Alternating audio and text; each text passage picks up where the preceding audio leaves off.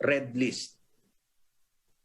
Antigua and Barbuda, ang Aruba, Canada, Curacao, French Guiana, Iceland, Malta, Mayat, Mozambique, Puerto Rico, Saudi Arabia, Somalia, Spain, at ang US Virgin Islands.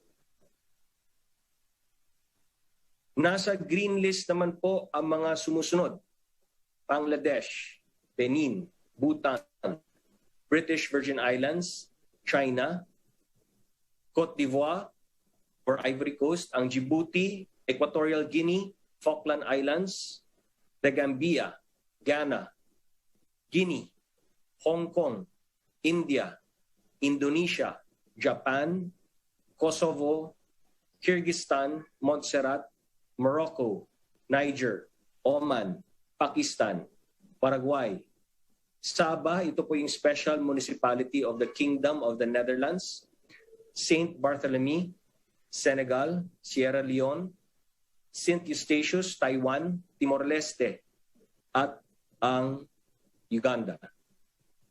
Ang mga bansa, teritoryo at jurisdiction na hindi ko po nabanggit ay nasa ilalim po ng yellow list. Kaugnay nito, inamyendahan ng IATF ang bagong testing at quarantine protocols para sa international arriving passengers sa Pilipinas. Pumunta muna po tayo sa green list countries, jurisdictions, and territories.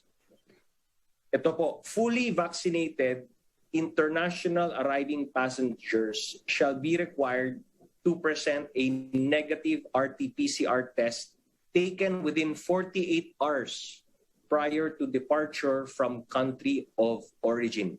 Inuulit ko po, 48 hours na po prior to departure from country of origin ang negative RT-PCR test.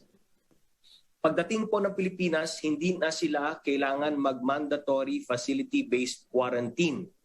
Again, ito po yung para sa mga mula sa green list countries, jurisdictions, and territories. Pero kailangan nila mag-self-monitor ng sintomas sa loob ng 7 araw, with the first day being the date of arrival. Para naman po sa unvaccinated, partially vaccinated, or individuals whose vaccination status cannot be independently validated, mula sa green list, kailangan nilang magpresenta ng negatibong RT-PCR test taken within 48 hours prior to departure from country of origin. Dagdag pa rito, kailangan nilang mag-facility-based quarantine hanggang lumabas ang kanilang negatibong RT-PCR test result taken on the 5th day. Pagkatapos po nito, kailangan nilang mag-self-monitor ng 14 na araw, with the first day being date of arrival. Samantala, ito naman po ang protocols for the yellow list countries, jurisdictions, and territories para sa mga fully vaccinated.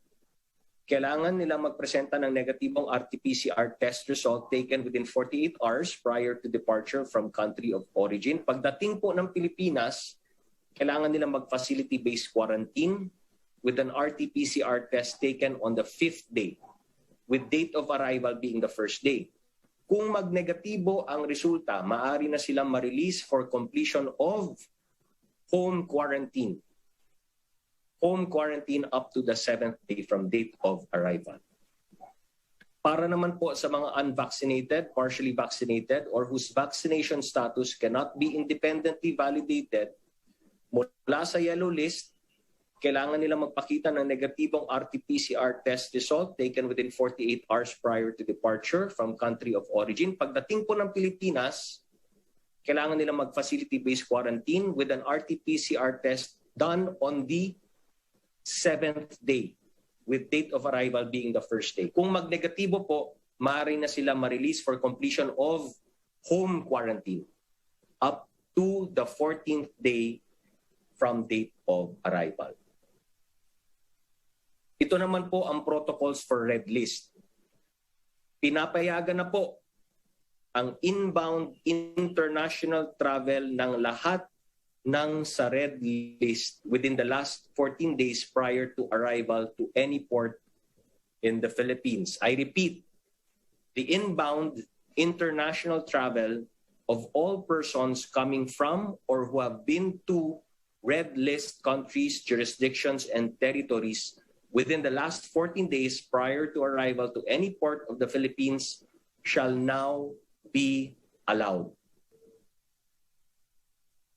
At para sa kanilang quarantine protocols mula sa red list, ito para sa mga fully vaccinated coming from the red list countries, jurisdictions, and territories. Kailangan nilang mapakita ng negative RT-PCR test result taken within 48 hours prior to departure from country of origin. Pagdating po ng Pilipinas, kailangan nilang mag-facility-based quarantine with an RT-PCR test taken on the 7th day, with date of arrival being the 1st day.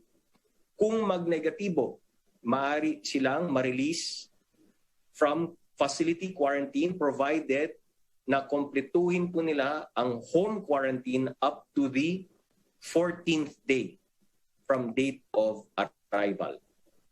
Para naman po sa unvaccinated, partially vaccinated, or whose vaccination status cannot be independently validated, mula sa red list, kailangan nilang magpresenta ng negatibong RT-PCR test result taken within 48 hours prior to departure from country of origin. Pagdating po ng Pilipinas, kailangan nilang mag-undergo sa facility-based quarantine with an RT-PCR test done on the 7th day with date of arrival being the 1st day. Maaari silang ma-discharge matapos makumpleto ang 10-day facility-based quarantine. Regardless of a negative RT-PCR test result, kailangan nilang kumpletuhin ang 10-day facility-based quarantine. Pagkatapos po, they shall observe home quarantine until the 14th day with date of arrival being the 1st day. Samantala, itong negative pre-departure RT-PCR test taken 72 hours prior to departure, which was our previous protocol, shall be honored until January 19, 2022, 12:01 a.m. lamang. Again, yung negative pre-departure RT-PCR tests taken 72 hours prior to departure shall be honored only until 0001 hour of 19 January 2022. Kasama rin sa inaprubahan ng IATF ang isolation at quarantine protocols para naman po sa aviation sector.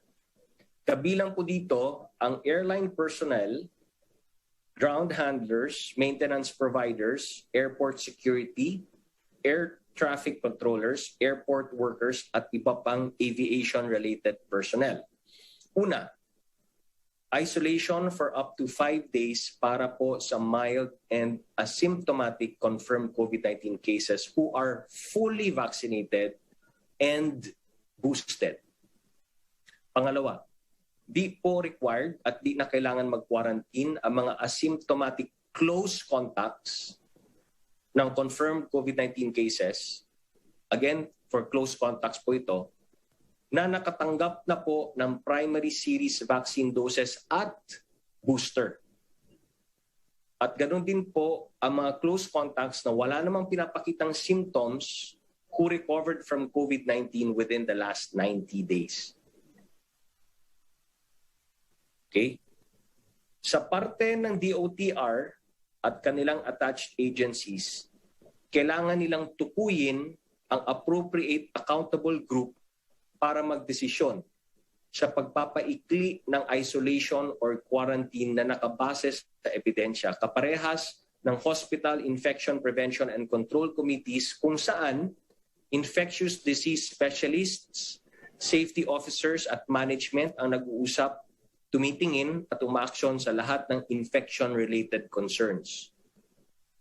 Ipapatupad din sa lahat ng mga aircraft na kailangan merong appropriate ventilation habang lahat ng aviation staff ay nakasuot ng tamang personal protective equipment or PPEs sa lahat ng oras. The DOTR shall monitor and evaluate the implementation of the aviation industry and copy furnish reports to the Department of Health Epidemiology Bureau for assessment of COVID-19 cases, clusters, vaccination status, and the like. While the IATF, on the other hand, will retain our authority to revoke or modify the guidelines for the aviation industry vis-a-vis shortened quarantine and isolation. Meanwhile, foreign nationals allowed to enter into the country shall be subject to the following additional protocols. Beginning February 16, 2022, proof of full vaccination shall be made a requirement for entry of all foreign nationals allowed to enter the Philippines.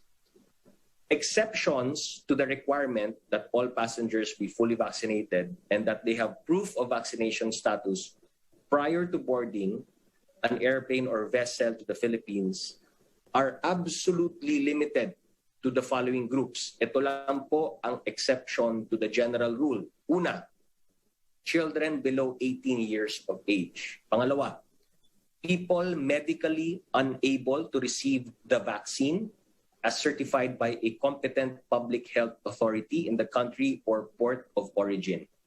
At pangatlo, foreign diplomats and their qualified dependents or 9E visa holders. In connection with this, the DOTR through the Civil Aeronautics Board is instructed to mandate airlines to require foreign nationals traveling to the Philippines to present proof of full vaccination prior to boarding flights to any points in the Philippines. The IATF likewise accepted and recognized for purposes of arrival quarantine protocols, as well as for interzonal and intrazonal movement, the national COVID-19 vaccination certificates of Colombia, Iraq, Monaco, Italy, Tunisia, and Vietnam. This is in addition to other countries, territories, and jurisdictions whose proofs of vaccination the IATF has already approved for recognition in the Philippines.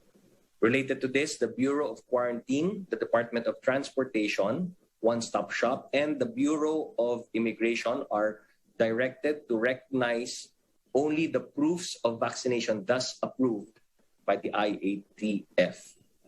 Inaprubahan din po ng IATF ang rekomendasyon ng Department of Tourism na ang mga hotel na ginagamit na quarantine facilities ay pupwede na rin magamit bilang isolation facilities, subject to specific protocols ng Bureau of Quarantine, Department of Health.